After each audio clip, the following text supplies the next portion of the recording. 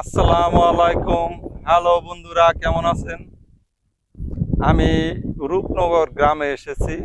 ওইটা হলো main road. এই মেইন রোড থেকে আমি এত দূরে এসেছি। এইটা গ্রাম এলাকা, আপনারা দেখতে পাইতেছেন। এই গ্রাম এলাকায় এটা মেঠু পথ রাস্তা।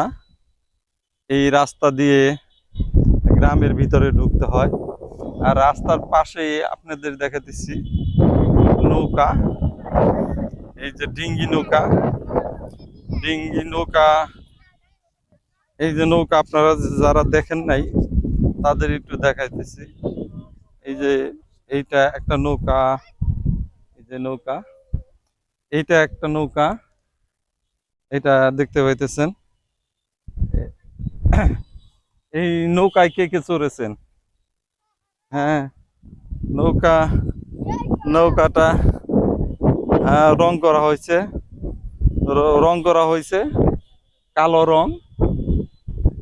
কালো রং আলকাতরা দিয়ে বা গাব দিয়ে, আগের দিনে মানুষ গাব দিয়ে এটা রং করতো যাতে ভিতরে পানি না ঢোকে।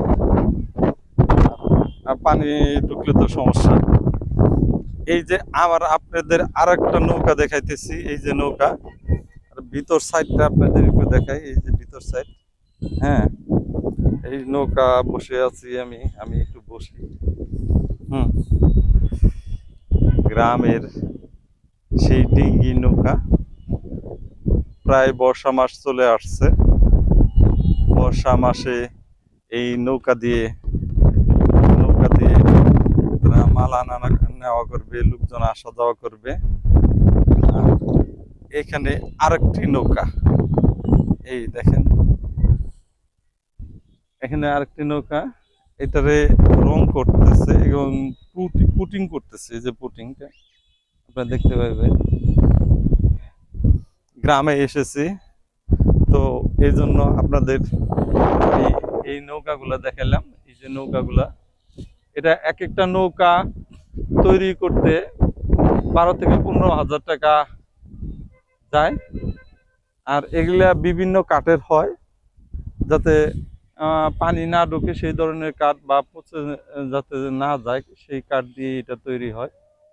তো আমি আপনাদের এই নৌকাগুলা দেখাইলাম, নৌকাগুলা দেখে আমি যে গ্রামে এসেছি, গ্রামটা একটু আপনাদের একটু দেখাইতেছি। সবুজ আর সবুজ। হ্যাঁ, সেই সবুজ এলাকা। আর পিছনে দেখতেছেন অনেক লোকজন আসতেছে গ্রাম এলাকায়। তো সেই গ্রাম থেকে আমি একটু হেঁটে পাকা রাস্তায় চলে যাচ্ছি, পাকা রাস্তায় চলে যাচ্ছি। আপনাদের গ্রামটা কেমন লাগলো একটু কাইন্ডলি একটু জানাবেন। কারণ গ্রাম মা মাটি বাংলাদেশ, মা মাটি বাংলাদেশ। মাটির গন্ধ আর সবারই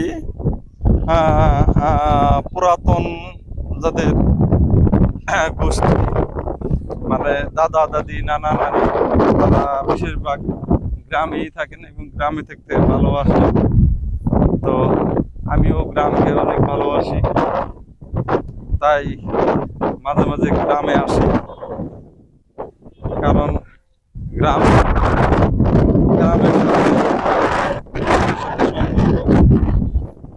আর সেই জন্য গ্রাম এলাকায় আমি অনেক ভালোবাসি।